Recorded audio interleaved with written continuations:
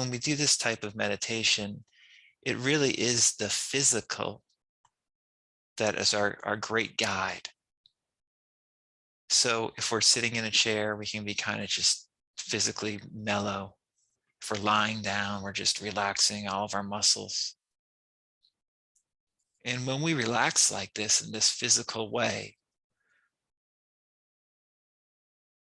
the physical aspect is the guide because that's what we're following. We're not following our thoughts right now. It doesn't matter what we're thinking. It doesn't matter if we have seemingly antagonistic thoughts like, oh, I should be doing something differently. Am I feeling physically relaxed enough? Am I doing this meditation correct? What am I going to eat an hour from now? Am I going to ask Tim a question? None of that stuff matters at all, okay? Just let your physical sense of relaxation be your guide. And you might find that you're feeling really more and more relaxed just by doing this already.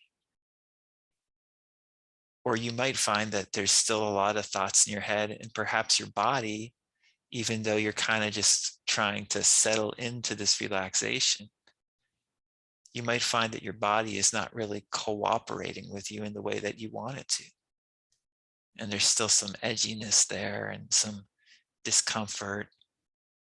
Maybe you feel a little bit sore or a little bit cramped. And what's so cool about this kind of physical meditation is that that's totally fine. So even though we're letting our physical sense of relaxation lead us, that doesn't mean we have to deny any of the other physical sensations that might come up, let alone any of those mental thoughts that come up. None of that stuff matters. We're just kind of physically here. We're present. And we're not trying to do anything. We're just relaxing our body. And we're not really even trying to relax our body, right? That's trying is not the right word. We're just letting our body be and we're relaxing into that. And if we find that we can't, quote unquote, relax because our mind is still racing or our body doesn't feel good, that's totally fine. What's so cool about this, again, is just this is completely non-judgmental. I remember when I got into meditation many years ago, I was wondering a lot of the time, am I doing this right? Am I doing something wrong?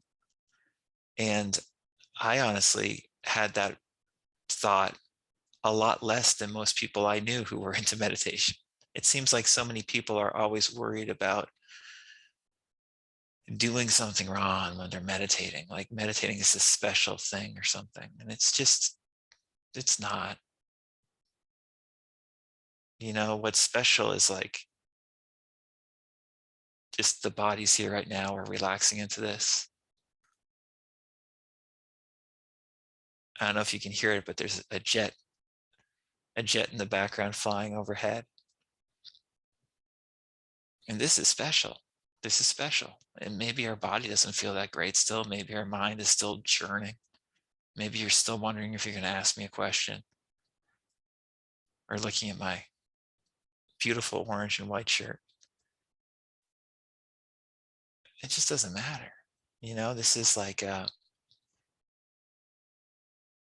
this is being here right now. The body's here. We're here. The mind's here. All this stuff's here. We're relaxing into here. For me, I realized that there was no wrong way to really meditate, I guess, as long as you felt comfortable doing what you were doing. And yes, that is a metaphor for life as well, as far as I'm concerned. This overjudgment, this constant self-criticism, this constant sense that perhaps we're doing something wrong.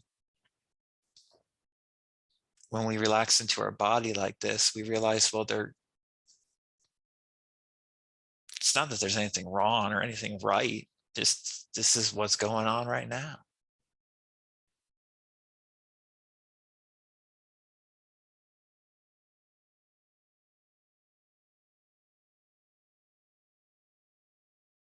And it's special because it's totally not special. I think it was Shunryu Suzuki, the Zen teacher, Zen master, who wrote Zen Mind, Beginner's Mind. He said, he gave a big lecture on not special, very famous lecture. I believe it was him who did that.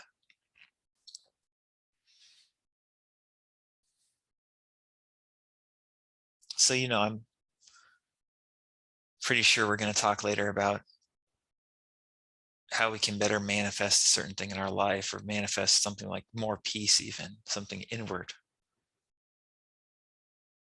But really, when we're doing something like this, more of the power, in my opinion, is that there's nothing to manifest or attain when you just relax into what's happening right now.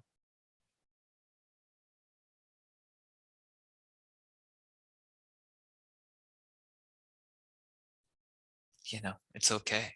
It's all right. It's more than all right. And it doesn't mean that you shouldn't try to get things that you want.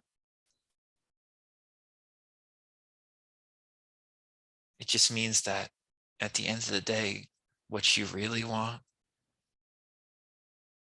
what everybody really wants, in my opinion, is what's going on right now.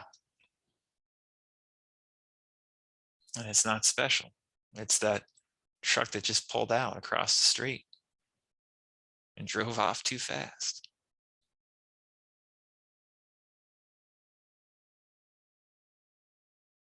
That's physically relaxing into your body and not giving your thoughts so much importance, not giving your passing physical sensations or discomfort so much importance. It's like your baseline, your real baseline. And it is naturally or inherently, or whatever word you want to call it, good.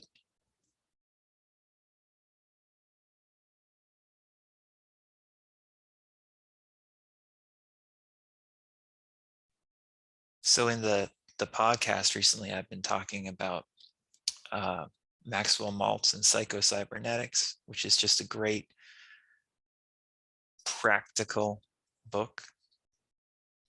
And something that he talks about in that book that is relevant, I think, or that we can easily connect with this, is this idea of going into a quiet room in your mind, or a decompression chamber in your mind. And when you do something like what we're doing right now,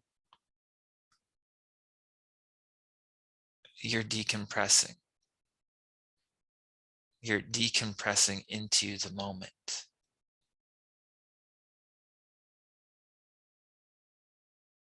And as I said, this is always available to us. Our mind says, oh, no, it's not. I have to do this and this and this to be happy. Our body says, oh, my shoulder hurts, my legs hurt. I've got a bad cough. There's something wrong with me. I'm sick. But really, this is always just here. So this is one way to look at the quiet room in your mind.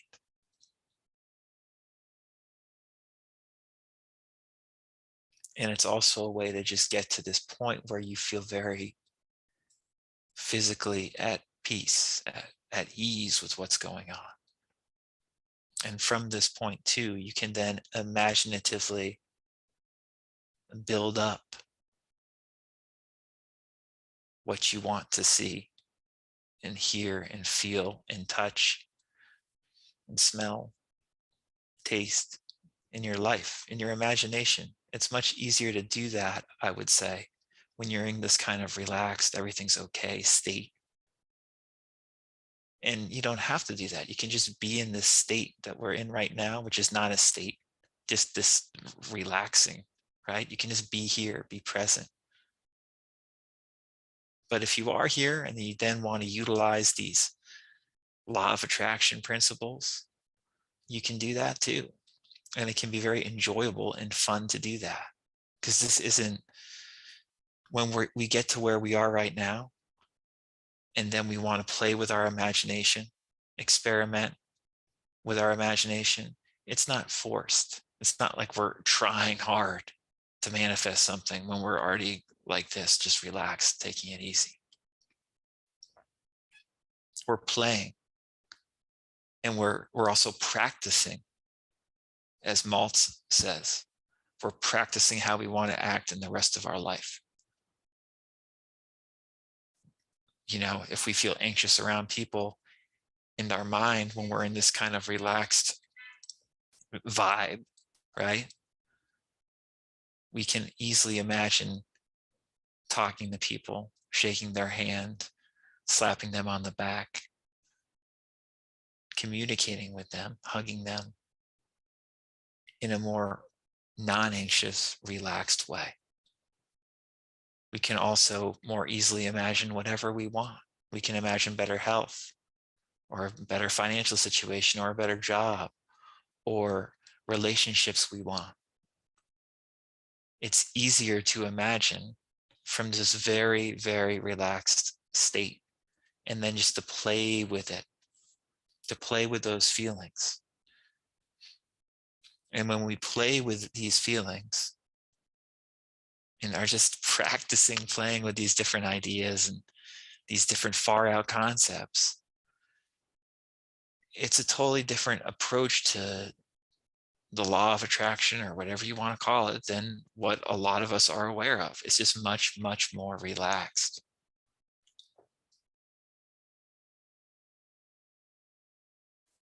So I'm going to read a little bit from psychocybernetics just to underscore this point of what we're talking about. And we're really talking about, I would say, two different things. The first thing is what I always talk about, which is just relaxing, physically relaxing, vibing out, as I like to call it, into the present moment. And that's like so special, it's not even special. And there's no point to it. There's not even any self or I am. There's not even that to it, as far as I'm concerned. It's like you're just here.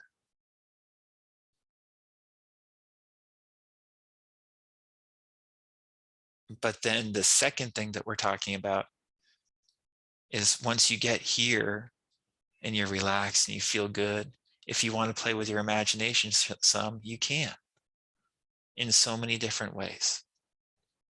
And psychocybernetics, Maxwell Maltz, they really talk about ways that you can play and practice with your imagination in a very open, lenient, you're just kind of imagining whatever you want way. And because you're imagining certain things over and over again that you want, not in a pressured way, but just in a way because, oh, doesn't it feel good to daydream about this, or to think about this, and to imagine this happening to me? And of course, daydreaming is not really a dream. It's something that's actually happening, as we all know, in the law of attraction manifesting sense. And if we are imagining or dreaming these things playfully, with a sense of happy practicing these things happening in our life, if we imagine them happening in our life enough in this relaxed way, chances are that they're actually going to occur, at least on an emotional, energetic level, in our external life sooner or later. So I'm just going to read a couple paragraphs from Psychocybernetics. Maxwell Maltz titled this section, your own decompression chamber. Each person needs a quiet room inside his own mind, a quiet center within him, like the deep of the ocean that is never disturbed, no matter how rough the waves may become on the surface. This quiet room within, which is built in imagination, works as a mental and emotional decompression chamber. It depressurizes you from tensions, worry, pressures, stresses, and strains, refreshes you, and enables you to return to your workday better and enables you to return to your workaday world better prepared to cope with it. It is my belief that each personality does already have a quiet center within, which is never disturbed and is unmoved, like the mathematical point in the very center of a wheel or axle that remains stationary. What we need to do is to find this quiet center within us and retreat into it periodically for rest, recuperation, and renewed vigor. And to bring it full circle, to find that quiet center within us, we can vibe out. We can physically relax into our body. And then from there, we can play with our imagination if we want. So this can be a daily practice or something you do throughout the day if you want. But this is a really good combination of all the things I talk about. You know, this deep vibing out, this sense of present abundance mixed with very practical, imaginal play.